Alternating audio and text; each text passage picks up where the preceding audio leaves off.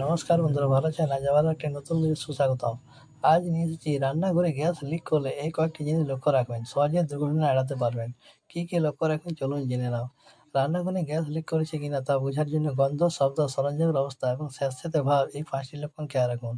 Gas leak হলে দ্রুত দরজা জানালা খুলে দিন। গ্যাস সিলিন্ডারের মূল সুইচ বন্ধ করুন এবং আগুন সংক্রান্ত কোনো কাজ থেকে বিরত থাকুন। প্রয়োজনে জরুরি পরিষেবাতে খবর দিন।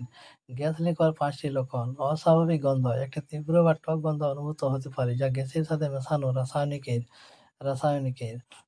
কারণে হয়। এটি গ্যাস লিক হওয়ার একটি প্রধান লক্ষণ। হিস হিস শব্দ হয়, সিলিন্ডার বা পাইপলাইন থেকে একটা হিস হিস শব্দ শুনতে পেলে বুঝবেন গ্যাস লিক হচ্ছে।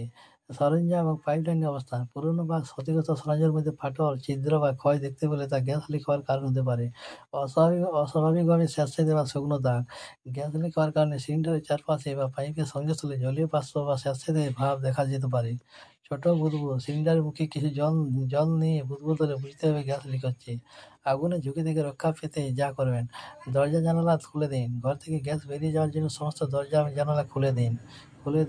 সুইচ বন্ধ করুন। গ্যাস সিলিন্ডার মূল সুইচটি বন্ধ করে দিন। এতে সাধারণত গ্যাস মিটারের কাছে থাকে এবং একটি হাতল থেকে যা 90 ডিগ্রি ঘোরানো যায়।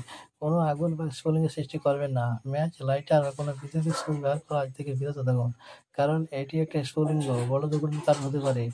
জরুরি সময় যোগাযোগ করুন। যদি গন্ধ খুব তীব্র হয় তবে ভবন ছেড়ে নিরাপদে দূরত্বে গিয়ে স্থানীয় গ্যাস কোম্পানিকে খবর দিন। নিরাপদে স্থানে যান। যদি গ্যাস লিক হয় তবে অবিলম্বে ঘর থেকে বেরিয়ে যান এবং বহুতল ভবনের ক্ষেত্রে বিল্ডিং খালি করুন এবং তারপরে যোগাযোগ করুন। এই পর্যন্ত